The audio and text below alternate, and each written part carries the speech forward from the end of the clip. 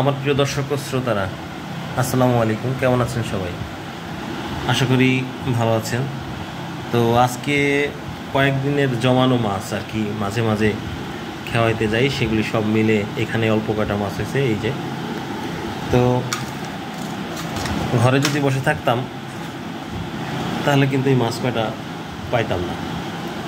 মাছ লাফ দিয়ে আমার ঘরে চলে আসতো না, জালে উঠে আসতো না। তো অনেকেই ঘরে অলস সময় কাটান, বিভিন্ন ধরনের ডিপ্রেশনে ভোগেন। যায় দেখেন না একদিন এরকম মাছ যদি খেয়াও দিয়ে নাও পান, দুই একটা মাছ যদি পান, তাও হাসতে হাসতে বাড়ি আসবেন যে পাইছি, অল্প কয়টা পাইছি, এরকম করতে করতে। কিন্তু ঘরে বসে থাকলে ডিপ্রেশন দূর হবে না, দুশ্চিন্তা দূর হবে না। দুশ্চিন্তা দূর করার একটা উপায় হলো দুশ্চিন্তাকে ভুলে থাকা। তা বিভিন্ন কাজের মাধ্যমে করা যায়, যেমন ঘুরতে গেলেন, মাছ ধরলেন,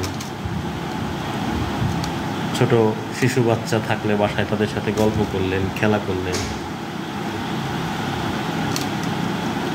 ঘরের কাজ করলেন। এগুলি সবই হচ্ছে মানসিক প্রশান্তির উপায়।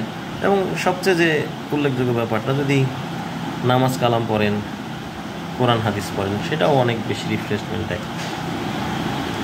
তো আমার পরামর্শ থাকবে যে এই সব কাজের মধ্যে নিজেকে ডুবিয়ে রাখবেন এবং বিভিন্ন রকম মানসিক দুশ্চিন্তা থেকে মুক্তি পাবেন ইনশাল্লাহ।